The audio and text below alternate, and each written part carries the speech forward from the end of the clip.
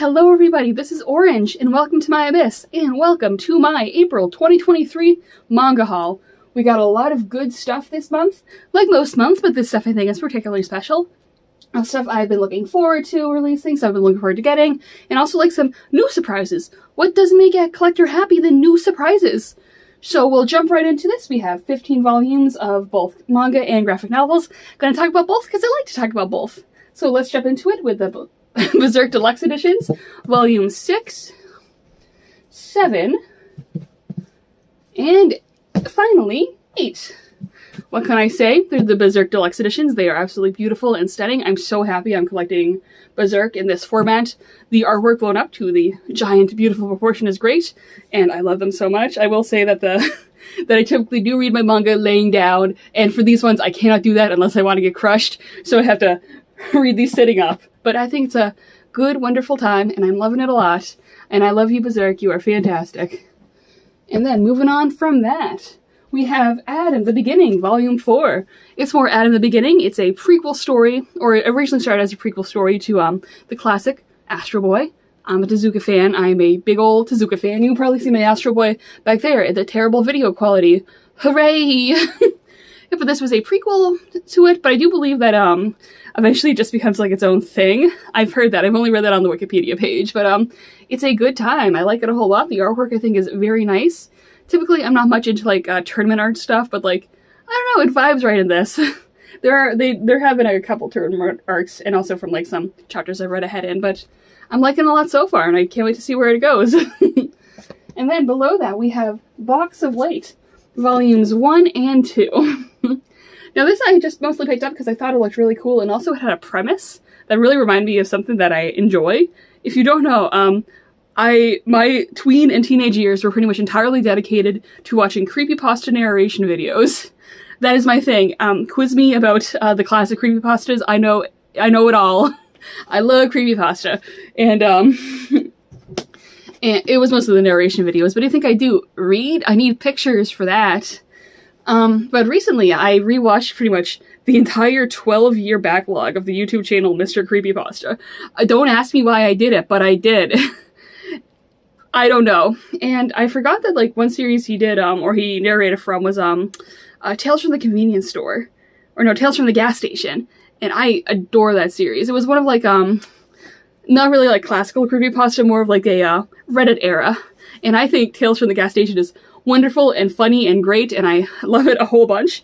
And the premise of that reminded me a lot of the premise of this, and I'm like, okay, yeah, I'm gonna pick it up. And I like it. It's like, it's like a light horror. It has like a lot of like unsettling, unnerving elements to it, but it's also like all the characters are very nonchalant about it. Also, it has like the Shadow Cat, who I adore, and I really want to see like where the series goes, because it has like a lot of like interesting stuff being like set up. A lot of like trauma for a lot of the characters, but how a lot of those characters deal with the trauma is like they are very chill about it. Same. Yeah, but it's good, and I can't wait to see where it goes next. The only thing is I don't know when Volume 3 is releasing. Like, I was trying to like look that up, and I don't know when it's going to release, so hopefully soon. Something with 7 Seas releases, a few other 7 Seas releases I am collecting. It's like, some of them just don't release often, like SHWD, that looks like it's going to be a yearly release, and I'm like, oh, I want to get more. And then up next we have Call the Name of the Night. I think this was released last month, but I'm not too sure. I decided to pick it up this month because, like, I don't know, I was feeling it one night, and it's like, the cover caught me, and I love the artwork inside, and I have to say, this was probably one of my favorite reads in a month of a lot of favorite reads. I'm going to get to you in a second.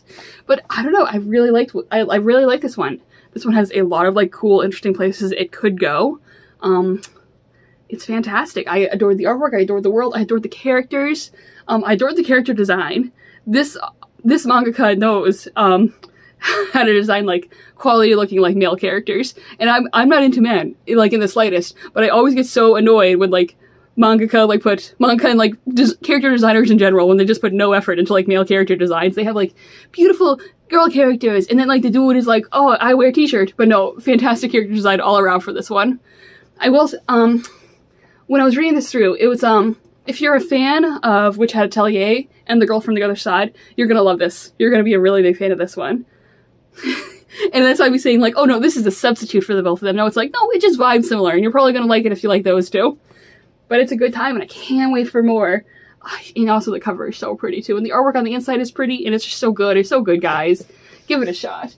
And then below that, we have, there's a sort of new publisher around called Saturday AM, and what they do is what they call, pretty much they publish their, like, diverse manga is what they call it, but it's manga made by, it's manga, like, made by people who are, like, all over the world, and they typically have, like, where it was, like, written on the back, and this was, I think, one of their most heavily advertised one, and I've known about Sat AM for a while, and I wanted to try out, like, a few of their series, because they do have a lot of series.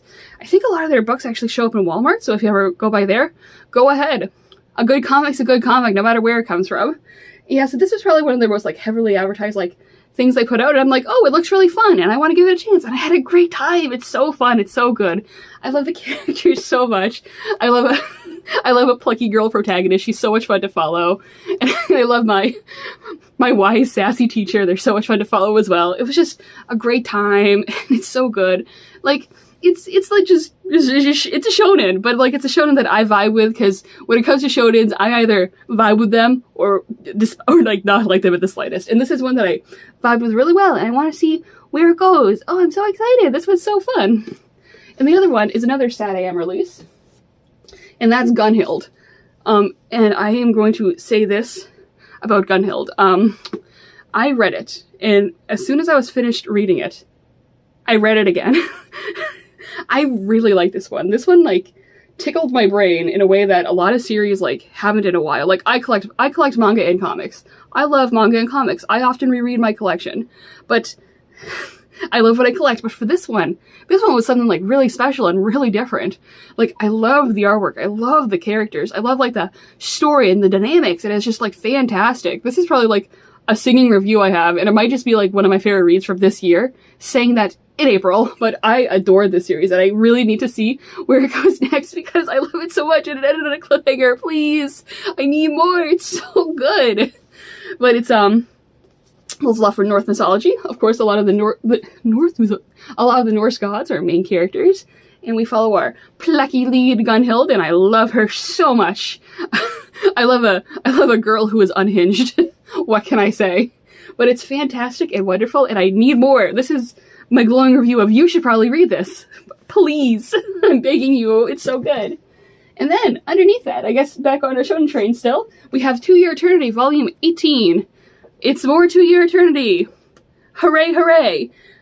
So with 2 Year Eternity fans, I've been reading it pretty much since the beginning. And a lot of people, it has like several arcs in it, and right now we're in, or I guess 2 major arcs at this point, and I do think it's going to be moving into a 3rd one very soon. That might be the last arc, I kind of hope. But they're called the arcs that are currently out, and is the past arc and the present arc, which is the one we're currently on. And a lot of 2 Year Eternity fans despise the present arc. And I do have to say, I do think that the past arc is a whole lot better, but I don't think the present arc is like that bad, guys. I like it a whole lot. I like the characters being put in new situations, but also I'm just reading the series and being like, where are you going? What is your plan? But I like it a whole bunch still, despite the gripes, and a lot of like 2 Year Eternity fans will like say the present arc is the worst thing ever written, and I will say, no, it is not. But I do want to see it wrap up, because this series has been going on for a long time at this point. And again, I'm wondering what they're going to do for the next arc, because I think they're going to do a future arc next. So we're going to have to see where that goes. And then, up next, what I've been super excited for, we have Inuyasha Volume 14. And that means I have officially collected all the volumes of Inuyasha, because this one was, like, out of stock for a long time, and it finally came back in stock, so I picked up a copy as soon as I could, because I love Inuyasha. It's a good time. It's a good, comforting time for me. So yeah, this means that, I only have one more, manga at this moment I need to collect that's out of print, and that's QQ Sweeper Volume 1, and then, like, I'll have no more, like, out of print volumes of stuff to, like, collect. I wish companies were more vocal about when they were going to reprint things. Specifically on Viz on when they're going to reprint QQ Sweeper Volume 1, please. But yeah, that's it. Hooray, Inuyasha! And we're moving on to our technical comics. I know Sat AM was a bit of an asterisk, but if they say they're manga, I'm going to agree with them. And that, in the comic section, is starting off with Twistwood Tales. Hooray, hooray! So if you don't know, Twistwood Tales is a webcomic that's been running for a couple years now, and I think I've been reading them for all those years. Twisted Tales is probably like my favorite like internet gag comic. It's a very funny like it's a very funny comedy series that just takes place in like a weird woods, and it's great, and there's a lot of good characters, and I don't know, I think it's funny. I like reading it. I love the character design. I love like the world building that is present. If you do recognize any character, it's probably the Plague Doctor right here. A lot of his comics get circulated around a lot, but it's fantastic, and I highly recommend it if you just want like your little goofs and gaffs. It's a fun time. I enjoy it thoroughly.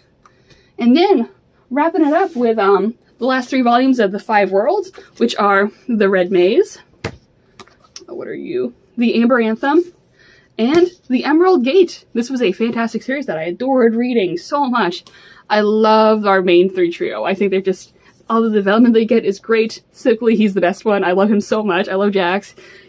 My favorite, my favorite archetype, Roboy, Robot Boy. But it's a good, fun time.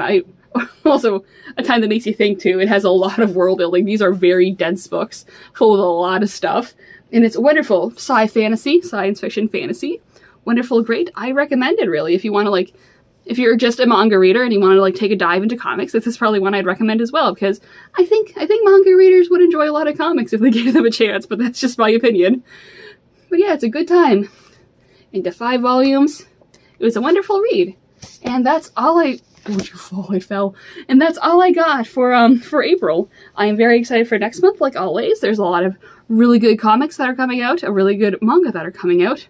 A lot of stuff that I had pre-ordered that we're gonna come in like in a couple days, but it's like, I just want to record this now. So we'll talk about them next month. More manga then. But yeah, what manga have you guys been reading? What do you think of the ones I have? Do you like any of my recommendations? Thank you very much for watching, and have a lovely night.